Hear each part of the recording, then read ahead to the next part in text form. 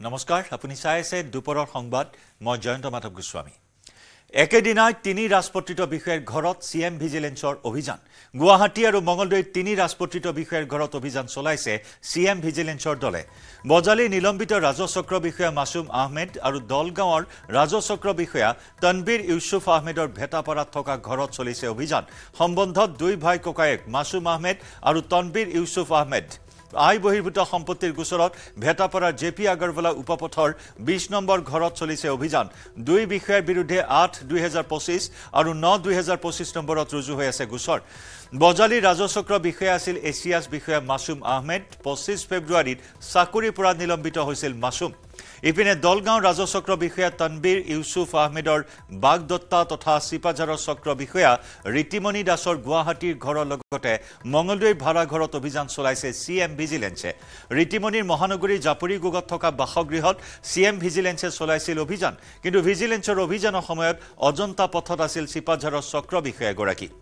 অজন্তা পথৰ পৰাই ৰীতিমণিক লগত লৈ মঙ্গলদৈত থকা ভাড়া ঘৰত অভিযান চলাই ভিজিলেন্সৰ দলটোৱে বৰ্তমানেও ৰীতিমণিৰ মঙ্গলদৈত থকা ভাড়া ঘৰত অব্যাহত আছে ভিজিলেন্সৰ অভিযান কিছুদিন পূৰ্বে পোহৰলৈ আহিছিল দৰঙৰ নাৰিকলি মন্দিৰৰ ভূমি কেলেংকাৰীৰ তথ্য দৰঙৰ তদানীন্তন জিলা আয়ুক্ত এছিয়াছ বিষয়া পুনৰ জনাইছো দৰঙৰ তদানীন্তন জিলা উন্নয়ন আয়ুক্ত এছিএছ বিষয়া পংকজ কুমাৰ ডেকাৰ বিৰুদ্ধে উত্থাপন হৈছিল দুৰ্নীতিৰ অভিযোগ জালিয়াতিৰে আনৰ নামত পঞ্জীয়ন কৰিছিল নাৰিকলি মন্দিৰৰ ভূমি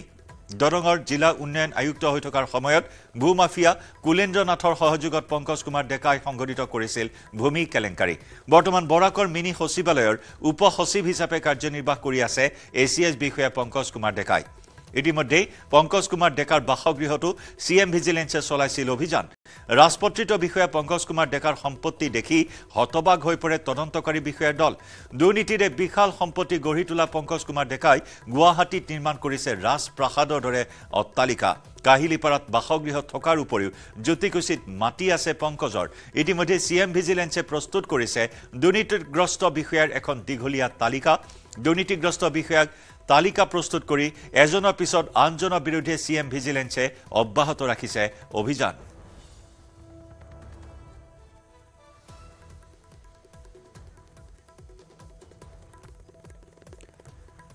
তিনিগৰাকীকৈ এছিএছ বিষয়াৰ ঘৰত এই অভিযান সিএম ভিজিলেন্সৰ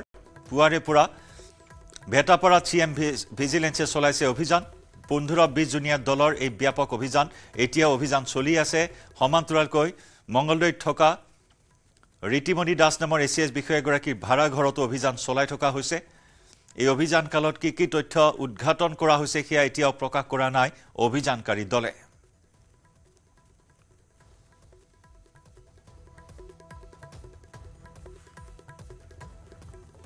কমিটি বুলি উল্লেখ কৰিছো যে এটা মথাউৰি কমিটিত 10ৰ পৰা 15 জন লৰা থাকিব যুৱক থাকিব 8 বা 12 কিলোমিটাৰ মথাউৰি তেওঁলোকে পৰ্যবেক্ষণ কৰিব স্থানীয় জলসম্পদ বিভাগৰ অভিযন্তাজনে নিৰীক্ষণ কৰিব আৰু এই ডেকা লৰাখিনিক আমি গামবুটছ টৰ্চ লাইট ৰেইনকোট এইবিলাক সামগ্ৰী যোগান ধৰিম আৰু খৰটকীয়াকৈ কিবা এটা দেখিলে যাতে ফটক কৰি মেৰামতি কৰিব পাৰে তাৰ কাৰণে তেওঁলোকক আমি জিঅ' বেগ কোৰ বিভিন্ন যিবিলাক পৰ্কুপাইন যিবিলাক এমুনেশ্যন যিবিলাক ফ্লাড ফাইটিং মেটেৰিয়েলছ সেইবিলাক আমি দিম আৰু এই গোটেই ব্যৱস্থাটো স্বেচ্ছাসেৱক হ'ব স্বেচ্ছাসেৱী হ'ব অসমৰ বান নিয়ন্ত্ৰণৰ ক্ষেত্ৰত অসমৰ যুৱ শক্তিৰ আমি যাতে সহায় পাওঁ তাৰ কাৰণে এই বিশেষ আঁচনিটো লোৱা হৈছে আৰু যি কেইজন যুৱ বন্ধুৱে এই কামত আমাক সহযোগিতা কৰিব অক্টোবৰ মাহত মুখ্যমন্ত্ৰীৰ স্বাক্ষৰযুক্ত তেওঁলোকক একোখন কৃতজ্ঞতাৰ পত্ৰ বিতৰণ কৰা হ'ব সো আকৌ এবাৰ কৈ দিছো যে 8ৰ পৰা 12 কিলোমিটাৰ মথাউৰি চাবৰ কাৰণে 10ৰ পৰা 15 জন যুৱকক লৈ এটা মথাউৰি কমিটি নিৰ্মাণ কৰা হ'ব এই মথাউৰি কমিটিটোৱে এপ্ৰিল মাহৰ পৰা অক্টোবৰ মাহলৈকে কাম কৰিব মথাউৰি কমিটিৰ সদস্যসকলক আমি গামবুটছ টৰ্চ লাইট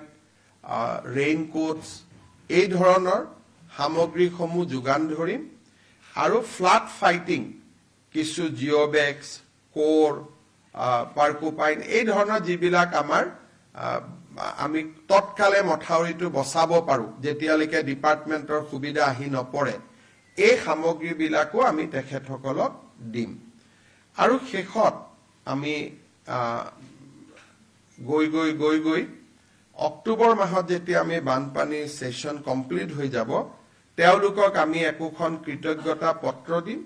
আৰু প্ৰয়োজন অনুসৰি স্থানীয় বিধায়কসকলে তেওঁলোকক ৰাজহুৱাভাৱে সম্বৰ্ধনাও জনাব পাৰিব অসমৰ বান নিয়ন্ত্ৰণ বিভাগত মই ভাবো যে ই আমাক বহুত সহায় কৰিব কাৰণ অকণমান খবৰ পালেই আমি একোটা ডাঙৰ বিপদৰ পৰা বাচিব পাৰো খবৰ নোপোৱা কাৰণে যোৱাবাৰে বোকাখাটত মথাউৰি এটা ভাঙিছিলে কি বংকোৱাল যদি কোনোবাই যদি দুদিন আগত আমাক খবৰ দিলেহেঁতেন মথাউৰিটো নাভাঙিলেহেঁতেন গতিকে সেই ধৰণৰ এইটো এটা ভাল পদক্ষেপ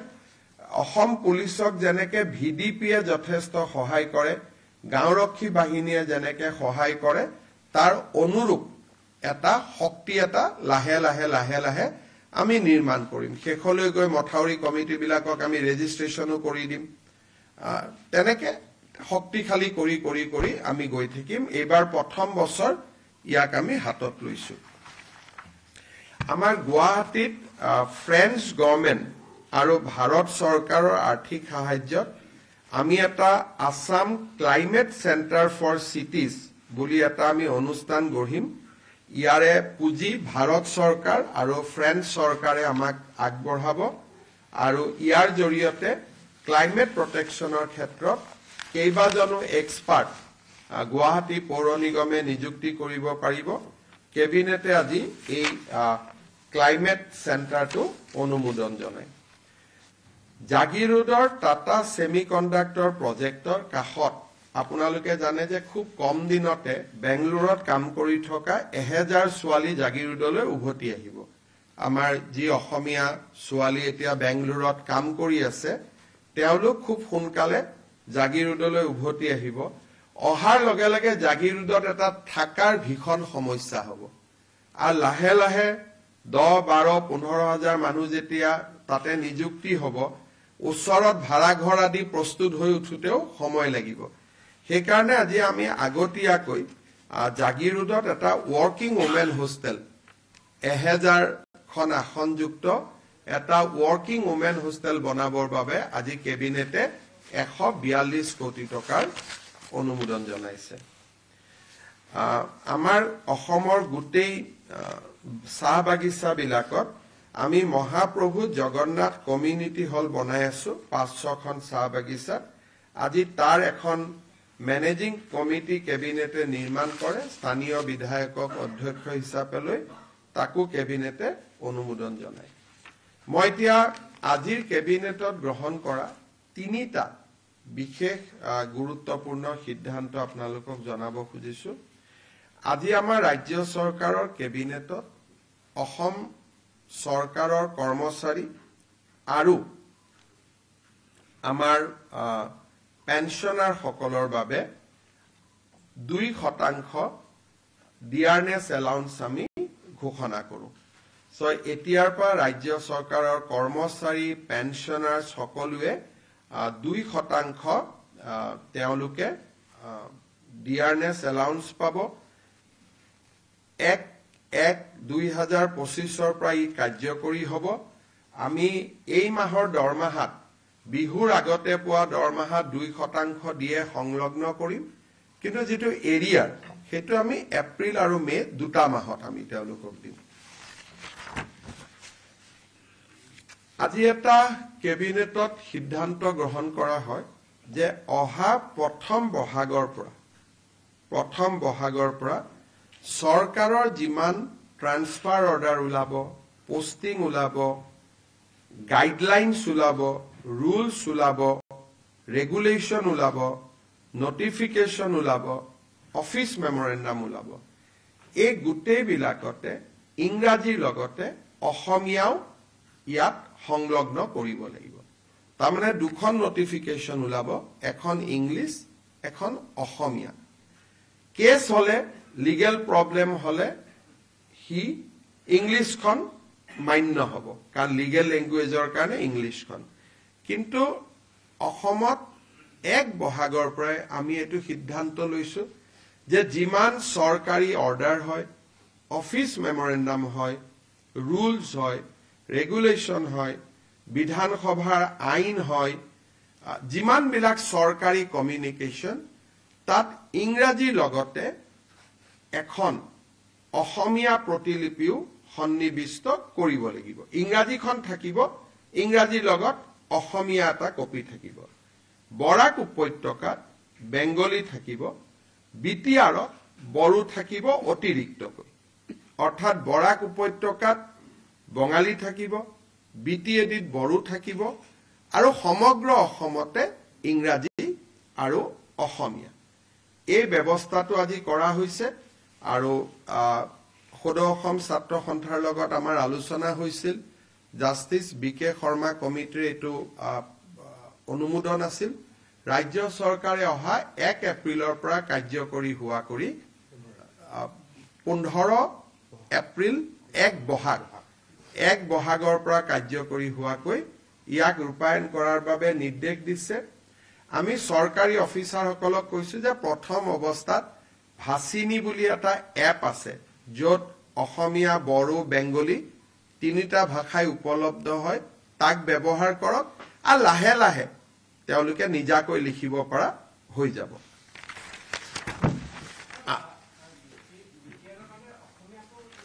ইংলিছ আৰু অসমীয়া গুটে অসমৰ কাৰণে বিটিআৰৰ কাৰণে বড়ো বৰাক ভেলীৰ কাৰণে বেংগলী যেটো আজি চলি আছে তাত কোনো আৰু বেলেগ নহয় আমি যেটো আজি যি ধৰণে চলি আছে বিটিআৰত বা আজি যি ধৰণে বৰাক উপত্যকাত চলি আছে সেইটোৱে চলি থাকিব বৰাক উপত্যকাত বেংগলী চলে বিটিআৰত বড়ো চলে বিটিআৰত অসমীয়াও চলে গতিকে আৰু গুটে অসমতে ইংৰাজী আৰু অসমীয়া ৰাজ্য চৰকাৰে আজি আমাৰ দুখন প্ৰপ'জ ৰিজাৰ্ভ ফৰেষ্ট পাগলিজৰা আৰু নায়েক গাঁও আমি ৰেভিনিউ ভিলেজলৈকে কনভাৰ্ট কৰো কিন্তু তাৰো ভিতৰত 280 হেক্টৰ আৰু 180 হেক্টৰক লৈ দুখন ৰিজাৰ্ভ ফৰেষ্ট কৰিবৰ বাবেও ৰাজ্য চৰকাৰে সিদ্ধান্ত লৈছে এতিয়া তৃতীয় এটা ইম্পৰ্টেন্ট সিদ্ধান্ত আছিল আমাৰ অসমত যিবিলাক ফৰেনাৰ্ছ ট্ৰিব্যুনেল আছে তাতে বহুত কেছ পেন্ডিং হৈ আছে এই কেছবিলাকৰ ভিতৰত 28000 এনেকুৱা ব্যক্তি আছে যাৰ উপাধি কোচ ৰাজবংশী লোকসকলৰ সৈতে মিলে অৰ্থাৎ 28000 কোচ ৰাজবংশী লোকে আজিও বিদেশীৰ এটা অপমান লৈ তেওঁলোকে ট্ৰিব্যুনেলত কেছ খেলি আছে ৰাজ্য চৰকাৰে বিশ্বাস কৰে যে কোচ ৰাজবংশী অসমৰ এটা খিলঞ্জীয়া কমিউনিটি কোচ ৰাজবংশী অসমৰ সংস্কৃতিৰ এক এৰাব নোৱাৰা অংগ আৰু সেইবাবে আজি ৰাজ্য চৰকাৰে সিদ্ধান্ত লৈছে যে কোচ ৰাজবংশী লোকসকলৰ বিৰুদ্ধে যি বিদেশী ন্যায়াধিকৰণত কেছ চলি আছে বা তেওঁলোকৰ নামৰ বিপৰীতে যে ডি ভোটাৰ লাগি আছে তাক তৎকালীনভাৱে এই গোচৰবোৰ প্ৰত্যাহাৰ কৰিবলৈ আজি ৰাজ্য চৰকাৰে সিদ্ধান্ত লৈছে এইটো এটা কোচ ৰাজবংশী কমিউনিটি বহুত দিন তেওঁলোকে কষ্ট খালে আৰু এই কমিউনিটিৰ মানুহবোৰ বৰ দুখিয়া গতিকে আজি তেওঁলোকৰ আমি এটা ঐতিহাসিক সিদ্ধান্ত লৈছো যে কোচ ৰাজবংশী কমিউনিটিৰ গাত এতিয়াৰ পৰা বিদেশীৰ লেভেল লাগি নাথাকিব তেওঁলোকৰ বিৰুদ্ধে চলি থকা সকলো গোচৰ ৰাজ্য চৰকাৰে ট্ৰিব্যুনেলৰ পৰা প্ৰত্যাহাৰ কৰিব সো তিনটা ইম্পৰ্টেন্ট ডিসিশন আছিল 2% ডিএ সেকেন্ড ইম্পৰ্টেন্ট ডিসিশন আছিল যে অসমীয়া ভাষাৰ প্ৰয়োগ বৰাকত বেংগলী বিটিএডিত বড়ো আৰু কোচ ৰাজবংশী কমিউনিটিৰ পৰা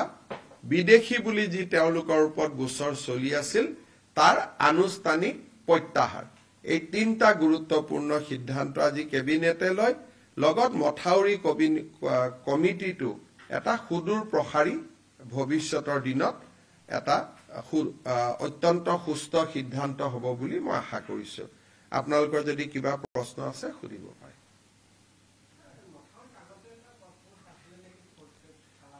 সেইবিলাক থাকিবই খালাচিও থাকিব গভৰ্ণমেণ্ট মানুহখিনি থাকিবই ডেকা ল'ৰাবিলাকে ৰাতি যেনেকে ডিউটি কৰে আমাৰ গাঁৱত এতিয়া তেওঁলোকে ডিউটি কৰোতে আজিও ডিউটি কৰে কিন্তু এটা ডিউটিটো আনুষ্ঠানিক হ'ব নৈপৰীয়া স্থানীয় মানুহ সেই মথাউৰিটোৰ কাষৰ মানুহখিনি নৈপৰীয়া বুলি না মথাউৰিটোৰ কাষত লোকেল মানুহ থাকিব এটাই সুবিধা থাকিব আগতে তেওঁলোকে নিজাকৈ যায় কেতিয়াবা পুলিচেও দিগদাৰ কৰে অমুকেও দিগদাৰ কৰে এতিয়া এটা আইডেন্টিটি কাৰ্ড থাকিব গামবুট পাব ৰেইনকোট পাব টৰ্চ লাইট পাব পাৰ্কুপাইন পাব জিঅ' বেগ পাব অন্তত নিজক ৰক্ষণাবেক্ষণ কৰিব এটা সুবিধা পাব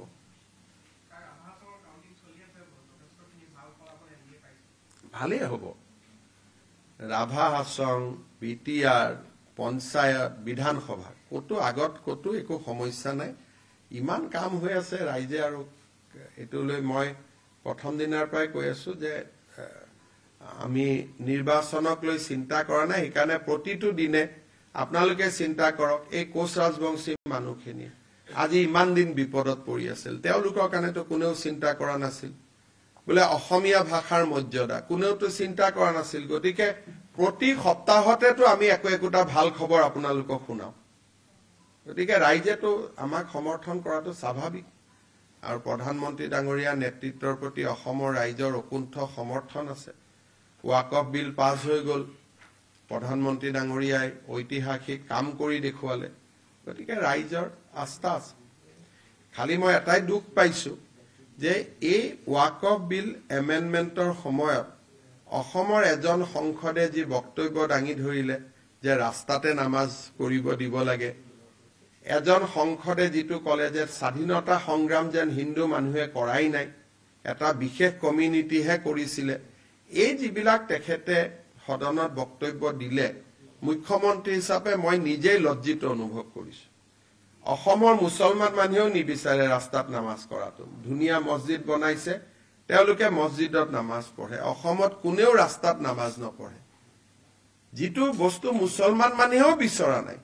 তেওঁ তাতকৈ এক্সট্ৰিমত গল দ্বিতীয়তে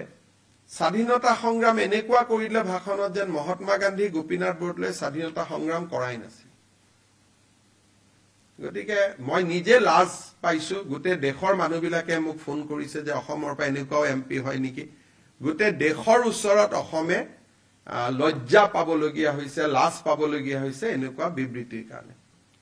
CM sir, if you could speak this one in English. देखिए असम का एक सांसद ने वाकफ जो कानून लोकसभा में डिबेट हुए थे उस समय उन्होंने बोले कि मुसलमान समाज को रास्ता में नमाज पढ़ने का इजाजत देना चाहिए और वो ऐसा भाषण किया कि स्वाधीनता संग्राम एक विशेष कम्युनिटी ने ही किए थे हिंदू समाज ने किया ही नहीं था तो ऐसा उन्होंने भाषण दिया देश विदेश का लोग मुझको फोन करके पूछ रहे भाई आपने कैसा लोगों को संसद में भेजा तो हमारे लिए भी काफी ये एक सेम का बात हुए है ऐसा बात बोलने के कारण असम का भी क्षति हुए है मैं देशवासी को उनका संसद ने ऐसा बात संसद में बोला उसका कारण देशवासियों से मैं ही क्षमा मांगता हूं कि हमारे एक असम का सांसद लोकसभा में ऐसे अनाप तनाप बोले हमारा असम में कभी मुसलमान लोग ये डिमांड ही नहीं किया है कि हमें रास्ता में नमाज पढ़ने का इजाजत दो अच्छा मस्जिद है ईदगाह है बढ़िया से नमाज अदा करता है कभी कोई समस्या नहीं होते है वो बोले रास्ता में आप क्यों नमाज नहीं पढ़ने देते हो ये तो डिमांड ही नहीं है दूसरा बोला ये यही स्वाधीनता संग्राम किया क्या गांधी जी ने स्वाधीनता संग्राम नहीं किया क्या गोपीनाथ बरदलोई ने स्वाधीनता संग्राम नहीं किया क्या सुभाष बोस ने स्वाधीनता का संग्राम नहीं किया तो एक असमिया जो लासीत बोरफुकन का धरोहर है हम लोग असम का लोग महाराज पीठू का धरोहर है जो बख्तियार खिलजी औरंगजेब को भगाया था असम में उनका ही धरोहर जाके संसद में ऐसा बात बोल सकता है हम लोग सोच भी नहीं सकते थे तो इसीलिए हम काफी शर्मिंदा है और देशवासियों से मैं क्षमा मांगता हूं कि हमारा संसद ने ही ऐसा भाषण दिए संसद में हम आशा करता हूं कि असम का लोग जरूर सबक सिखाएगा उसका कारण समय आने पर এইটো হ'ব নালাগে মই বাৰে বাৰে তিনিচুকীয়া ৰাইজক অনুৰোধ কৰিম যে দুইটা কমিউনিটিৰ মাজত সদায় ভুল বুজাবুজি হৈ থাকিলে অসমত ইনভেষ্টমেন্ট নাহিব অসমখন আগবাঢ়ি নাযাব এই বিশেষ বস্তুটোলৈ মই খুব চিন্তিত খুব দুঃখিত যে বাৰে বাৰে দুইটা কমিউনিটিৰ মাজত এটা এনেকুৱা এটা পৰিবেশ সৃষ্টি হৈ আছে কিছুদিন পিছত মই আমাৰ মন্ত্ৰী সভাৰ জ্যেষ্ঠ সদস্য দুজনক পঠাম যাতে দুইটা কমিউনিটিৰ লগত আলোচনা কৰি এটা শান্তিৰ বাতাবৰণ হ'ব পাৰে কাৰণ এনেকুৱা খবৰ বাহিৰত গলেই অসমৰ প্ৰতি আকৌ প্ৰশ্নবোধক চিন আহি যায় সেইকাৰণে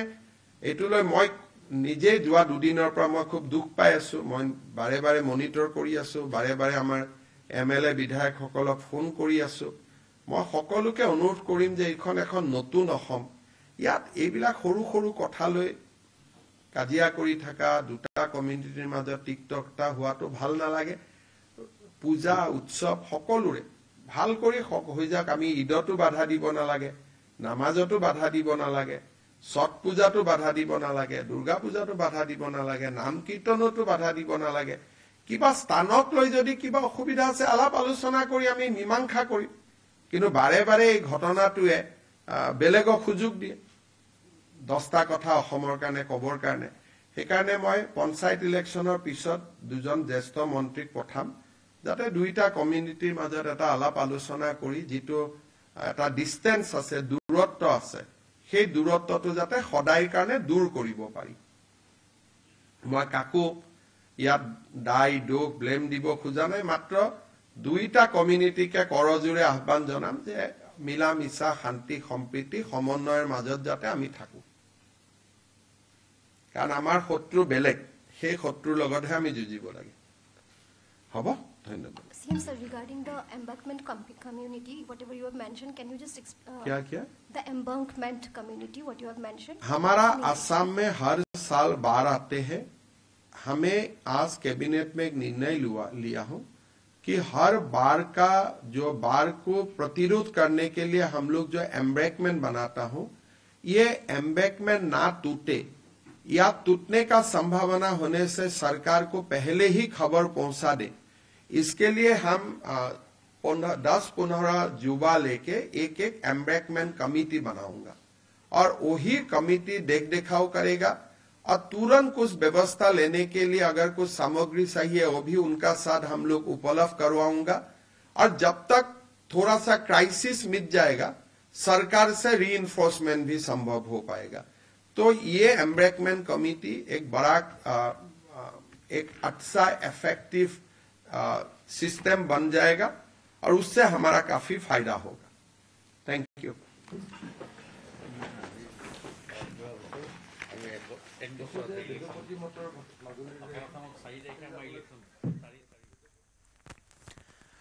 মুখ্যমন্ত্ৰী ডক্টৰ হিমন্ত বিশ্ব শৰ্মাৰ এয়া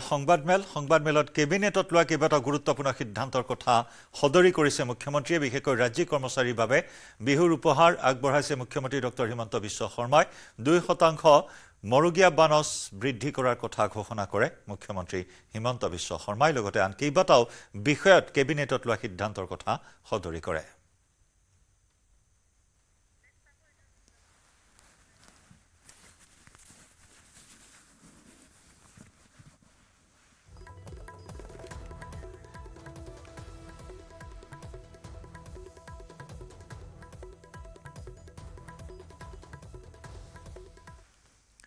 জনাই আছো গুৰুত্বপূৰ্ণ খবৰ আজি একেদিনাই তিনিগৰাকীকৈ ৰাজপত্ৰিত বিষয়াৰ ঘৰত সিএম ভিজিলেন্সে চলাইছে অভিযান গুৱাহাটী আৰু মঙ্গলদৈ তিনিটাকৈ স্থানত ৰাজপত্ৰিত বিষয়াৰ ঘৰত অভিযান চলাইছে সিএম ভিজিলেন্সৰ দলে বজালি নিলম্বিত ৰাজচক্ৰ বিষয়া মাসুম আহমেদ আৰু দলগাঁৱৰ ৰাজচক্ৰ বিষয়া তনবীৰ ইউসুফ আহমেদৰ ভেটাপাৰাত থকা ঘৰত চলিছে অভিযান সম্বন্ধত দুই ভাই ককায়েক মাসুম আহমেদ আৰু তনবীৰ ইউসুফ আহমেদ আই বহিৰ্ভূত সম্পত্তিৰ গোচৰত ভেটাপাৰাৰ জেপি আগৰৱালা উপপথৰ 20 নম্বৰ ঘৰত চলিছে অভিযান দুই বিষয়াৰ বিৰুদ্ধে 8/2025 9/2025 নম্বৰত ৰুজু হৈ আছে গোচৰ বজালী ৰাজচক্ৰ বিষয়া আছিল এছিয়াছ বিষয়া মাছুম আহমেদ 25 ফেব্ৰুৱাৰীত চাকৰিৰ পৰা নিলম্বিত হৈছিল ইপিনে দলগাঁও ৰাজচক্ৰ বিষয়া তনবীৰ ইউসুফ আহমেদৰ বাগদত্তা তথা সিপাঝাৰৰ চক্ৰ বিষয়া ৰীতিমণি দাসৰ গুৱাহাটীৰ ঘৰৰ লগতে মঙলদৈৰ ভাড়া ঘৰতো চলিছে সিএম ভিজিলেন্সৰ অভিযান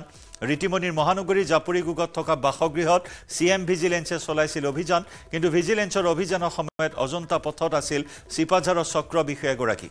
অজন্তা পথৰ পৰাই ৰীতিমণিক লগত লৈ মঙলদৈত থকা ভাড়া ঘৰত অভিযান চলাইছে সিএম ভিজিলেন্সৰ দলটোৱে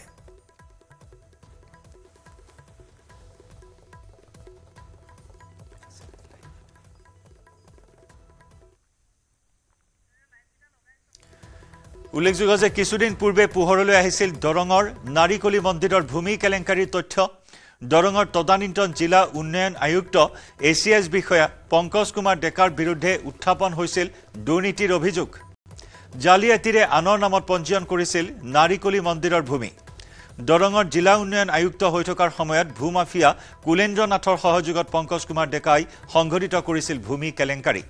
বৰ্তমান বৰাকৰ মিনি সচিবালয়ৰ উপ সচিব হিচাপে কাৰ্যনিৰ্বাহ কৰি আছে এছিএছ বিষয়া পংকজ কুমাৰ ডেকা ইতিমধ্যে পংকজ কুমাৰ ডেকাৰ বাসগৃহতো সিএম ভিজিলেন্সে চলাইছিল অভিযান ৰাজপত্ৰিত বিষয়া পংকজ কুমাৰ ডেকাৰ সম্পত্তি দেখি হতবাগ হৈ পৰে তদন্তকাৰী বিষয়াৰ দলটো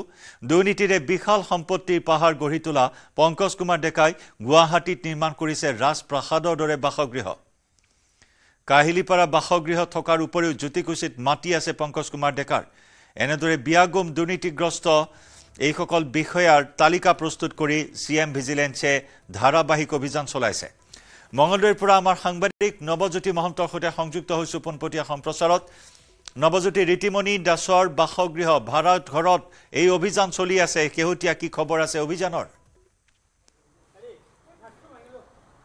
নিশ্চয়কৈ শ্ৰী ৰীতিমণি দাস চিপাঝাৰ চক্ৰ বিষয়াগৰাকীৰ যিহেতু ভাড়াঘৰ মঙলদৈত আছে ভাড়াঘৰত বৰ্তমান তদন্ত চলি আছে এটা কথা উল্লেখ কৰিব লাগিব পুৱা প্ৰায় 9 বজাৰ পৰা এই তালাচী অৰ্থাৎ জেৰা ইতিমধ্যে অব্যাহত ৰাখিছে গুৱাহাটীত থকা ৰীতিমণি দাসক আচলতে গাড়ীৰে লৈ অহা হৈছিল এই ভাড়াঘৰলৈকে লৈ অহাৰ পিছত বৰ্তমান আচলতে 9 বজাৰ পৰা পুৱা 9 বজাৰ পৰা জেৰা অব্যাহত ৰাখিছে আমি দেখুৱাইছোঁ এই ভাড়াঘৰটোতে আচলতে ৰীতিমণি দাস চিপাঝাৰ চক্ৰ বিষয়া হৈ থকাৰ সময়ৰ পৰাই এইটো ভাড়াঘৰত আছিলে আৰু এই ভাড়াঘৰত থকা ঘৰটোত কেইদিনমান ধৰি প্ৰায় এসপ্তাহ ধৰি এই ভাড়াঘৰটোত নাছিলে গুৱাহাটীত আছিলে গুৱাহাটীৰ পৰা অহা যোৱা কৰিছিলে কিন্তু গুৱাহাটীৰ পৰা পুৱাৰ ভাগতে আচলতে সিএম ভিজিলেন্সৰ টিমে এই ভাড়াঘৰলৈকে লৈ আহি বৰ্তমান জেৰা অব্যাহত ৰাখিছে মাৰঠান জেৰা কৰি আছে বুলি আমি জানিব পাৰিছোঁ আমি দেখুৱাম যি কোঠাত ভিতৰত কি ধৰণে জেৰা অব্যাহত আছে আৰক্ষী ইতিমধ্যে ইয়াতে আছে মঙলদৈ আৰক্ষীৰ টিম ইয়াতে আছে এটা কথা উল্লেখ কৰিব লাগিব যে দলগাঁও চক্ৰ বিষয়া তনবীৰ ইউসুফৰ ইতিমধ্যে সিএম ভিজিলেন্সে তদন্ত অব্যাহত ৰাখিছে কিন্তু কি সংক্ৰান্তত ৰীতিমণি দাসক তদন্তৰ আওতালৈকে অনা হৈছে সেয়া কিন্তু এতিয়ালৈকে জানিব পৰা নাই কিন্তু এটা কথা উল্লেখ কৰিব লাগিব যে সমগ্ৰ যি ঘটনা আচলতে মূলতঃ ক'ব লাগিব যে যি ৰাজপত্ৰিত বিষয়াসকলৰ বিৰুদ্ধে যি ধৰণে সিএম ভিজিলেন্সৰ টিমে অব্যাহত ৰাখিছে অভিযান এই অভিযানত ন তথ্য পোহৰলৈ অহাৰ সম্ভাৱনা আছে বিশেষকৈ আচলতে যি সম্পত্তিৰ তালিকা যি ধৰণে বৃদ্ধি কৰিছে সেই লৈ কিন্তু তদন্ত অব্যাহত ৰাখিছে আমি দেখিছোঁ এই কোঠাটোত ইতিমধ্যে সিএম ভিজিলেন্সৰ টিম আহি তদন্ত কৰি আছে মাৰঠান জেৰা অব্যাহত ৰাখিছে পুনৰ কৈছোঁ যে প্ৰায় 9 বজাৰ পৰা সিএম ভিজিলেন্সৰ টিমে মাৰঠান জেৰা অব্যাহত ৰাখিছে ৰীতিমণি দাসক কিন্তু কি কাৰণত ৰীতিমণি দাসক তদন্তৰ আওতালৈকে অনা হৈছে সেয়া কিন্তু এতিয়ালৈ পোহৰ অহা নাই কিন্তু এটা কথা আমি উল্লেখ কৰিব লাগিব তনবীৰ ইউসুফ যিগৰাকী চক্ৰ বিষয়া আছিলে দলগাঁও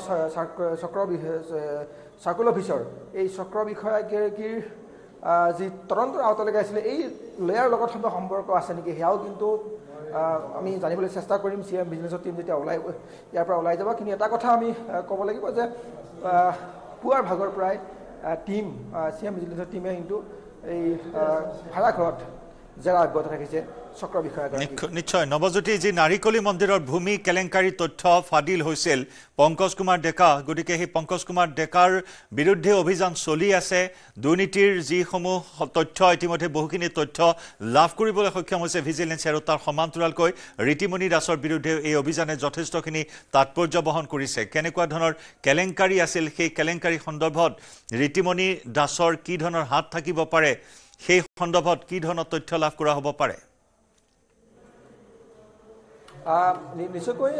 এটা কথা কিন্তু আমি উল্লেখ কৰিব লাগিব ৰীতিমণি দাস যি সময়ত চক্ৰ বিষয়া হিচাপে চিপাঝাৰত দায়িত্ব লাভ কৰিছিল ইয়াৰ পূৰ্বেই আচলতে সমগ্ৰ ঘটনা সংঘটিত হৈছিল যেহেতু নাৰিকলী যি মন্দিৰৰ ভূমি বিক্ৰী কৰা হৈছিল আৰু সমগ্ৰ নথিপত্ৰ কাম কৰি দিছিল যিগৰাকী DDC দায়িত্ব থকা আচলতে পংকজ কুমাৰ ডেকাই আৰু এই পংকজ কুমাৰ ডেকাৰ বিৰুদ্ধে যি অভিযোগ এই অভিযোগৰ তদন্তৰ কাৰণেই ৰীতিমণিক সোধপোছ কৰা হৈছে নেকি বা জেৰা কৰা হৈছে নেকি সেয়া পিছত জানিব পৰা যাব কিন্তু এটা কথা ক'ব লাগিব যে ৰীতিমণি দাস যেতিয়াই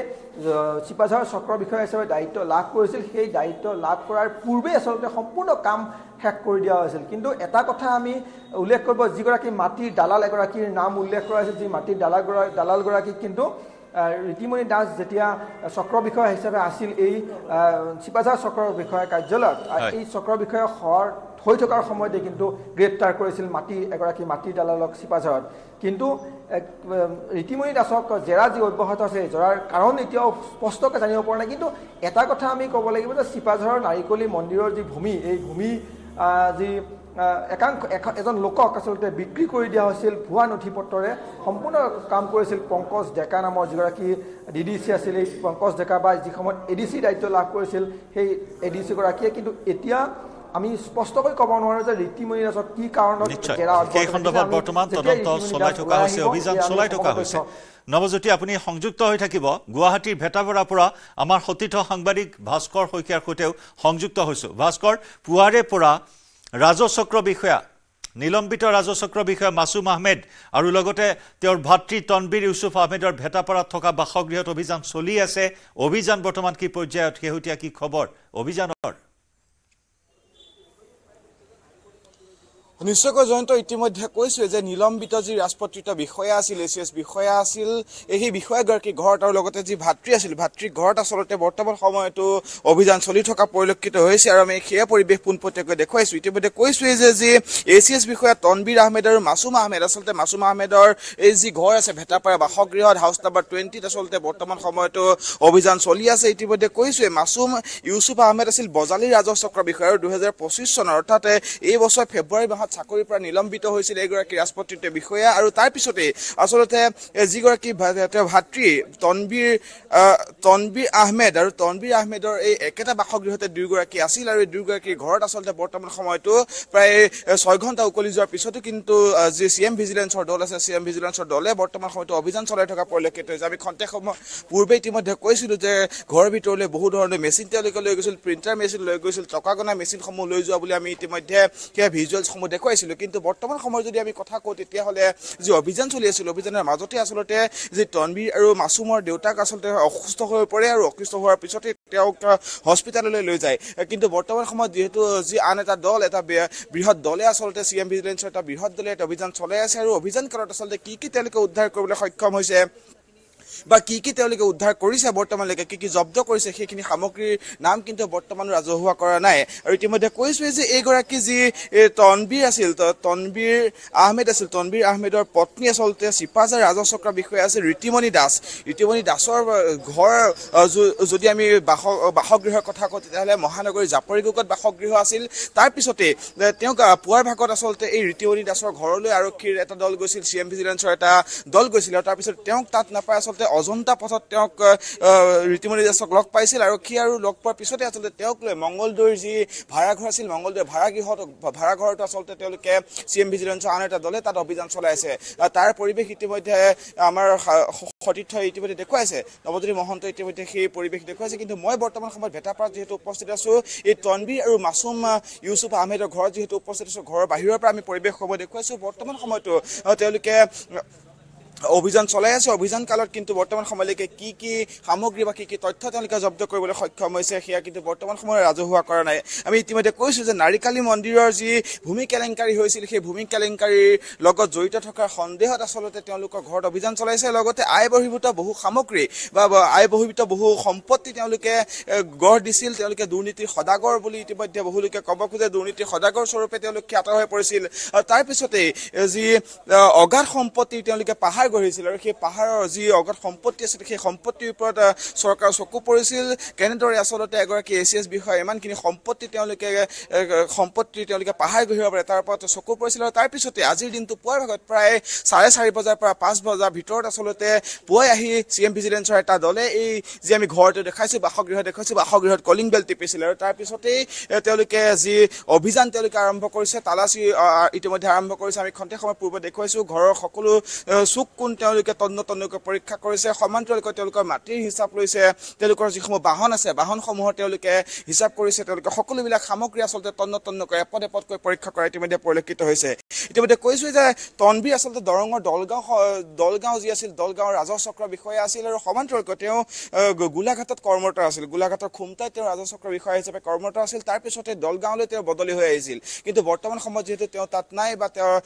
তেওঁ কৰ্মৰত নহয় ভাস্কৰ পুনৰ জানিব বিচাৰিছো এই অভিযান কালত দুই ভাতৃ আছে নে নাই ঘৰত উপস্থিত আছে নে নাই লগতে গ্ৰেপ্তাৰ হোৱাৰ কিবা সম্ভাৱনা থাকিব পাৰে নেকি নিশ্চয়কৈ জয়ন্ত ইতিমধ্যে কৈছে যিহেতু পুৱাৰ ভাগৰ পৰা প্ৰায় 12:30 বজালৈকে প্ৰায় 7 ঘণ্টা জোৰা সময় বা 6 ঘণ্টা জোৰা সময় তেওঁলোকে ইতিমধ্যে ইয়াত অভিযান চলাই আছে চিএম ভিজিলেন্সৰ এটা বৃহৎ দলে প্ৰায় 20-25 জনীয়া এটা দলে ইয়াত অভিযান চলাই আছে আৰু অভিযান কালত আচলতে তেওঁলোকক ভিতৰত আছে নে নাই সেইটো সঠিককৈ কোৱা টান যিহেতু আৰক্ষীসকল আহিছে ভিতৰত অভিযান চলাই আছে কিন্তু বৰ্তমান সময়লৈকে যদিও আছে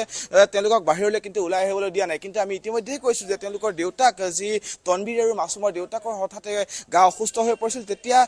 তেওঁক হস্পিটাললৈ নিয়াত সহায় কৰা বুলি আমি ইতিমধ্যে খবৰ পাইছো তাৰ পৰা কিন্তু আমি এটা অনুমান কৰিব পাৰো যে দুই ভাতৃ আচলতে ঘৰতে থাকিব পাৰে বা ঘৰতে আছে কিন্তু ইতিমধ্যে কৈছো যিহেতু এই যি ভেটাপাৰা ঘৰ এই বাসগৃহটোত অভিযান চলাই আছে সমান্তৰালকৈ মংগলদৈ যি ভাড়াঘৰ আছে মংগলদৈ ভাড়াঘৰত আচলতে ৰীতিমণি দাসৰ যি ভাড়াঘৰ সেই ভাড়াঘৰত আচলতে অভিযান চলাই আছে বৰ্তমান সময়ত কিন্তু কি সামগ্ৰী উদ্ধাৰ কৰিছে সেয়াও পোহৰলৈ অহা নাই কিন্তু আমি ইতিমধ্যে কৈছো বহু সামগ্ৰী তেওঁলোকে যি আৰক্ষী এটা দলে আচলতে মেচিন লৈ গৈছে কিছু প্ৰিণ্টাৰ লৈ গৈছে লগতে টকা গণনা মেচিনো ইতিমধ্যে লৈ যোৱা বুলি আমি খবৰ লাভ কৰিছো কিন্তু প্ৰকৃততে কি সামগ্ৰী তেওঁলোকে জব্দ কৰিছে বা বৰ্তমান সময়লৈকে কি নথিপত্ৰ তেওঁলোকে লাভ কৰিছে জব্দ কৰিছে সেয়া কিন্তু প্ৰকৃত তথ্য বৰ্তমান সময়লৈকে পোহৰলৈ অহা নাই ইতিমধ্যে কৈছোৱে যিহেতু যি মংগলদৈ চিপাজাৰ ভাড়াঘৰত তেওঁলোকে অভিযান চলাই আছে সমান্তৰালকৈ ভেটাপাৰাত চলাই আছে এই দুৰ্নীতিৰ যি সদাগৰ এই দুগৰাকী ব্যক্তিক আচলতে বহুলোকে দুৰ্নীতিৰ সদাগৰ বুলি ক'ব খোজে আৰু এই দুইগৰাকী ব্যক্তি আচলতে তনবীৰ আৰু যি মাছুম ইউসুফ আহমেদ তনবীৰ ইউসুফ আহমেদ এই দুইগৰাকী এছিএছ বিষয়া ভাস্কৰ লক্ষণীয় হ'ব পৰৱৰ্তী সময়ছোৱাত এই অভিযানে আৰু কি গতি লাভ কৰে সেয়া লক্ষণীয় হ'ব ধন্যবাদ লগতে নৱজ্যোতি আপোনাকো ধন্যবাদ জ্ঞাপন কৰিছো